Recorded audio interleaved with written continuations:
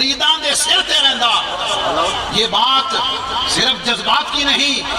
میرے اور آپ سب کے مرکزوں، محبت کے مرکز حضور شیخ الاسلام والمسلمین خواجہ محمد قمر الدین سیالوی رحمت اللہ تعالی علیہ، میں بڑے یقین کے ساتھ کہتا ہوں کوئی اور کرم کسی کو ملے یا نہ ملے، لیکن یہ فیض اسے ضرور نصیب ہوگا کہ وہ ایمان کی دولت کے ساتھ شیخ کی نسبت کا فیض لیتے ہوئے دنیا سے۔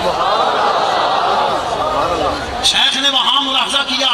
کہ میرا مرید آج امتحان میں ہے، وضو کے پانی کا چھٹا مارا،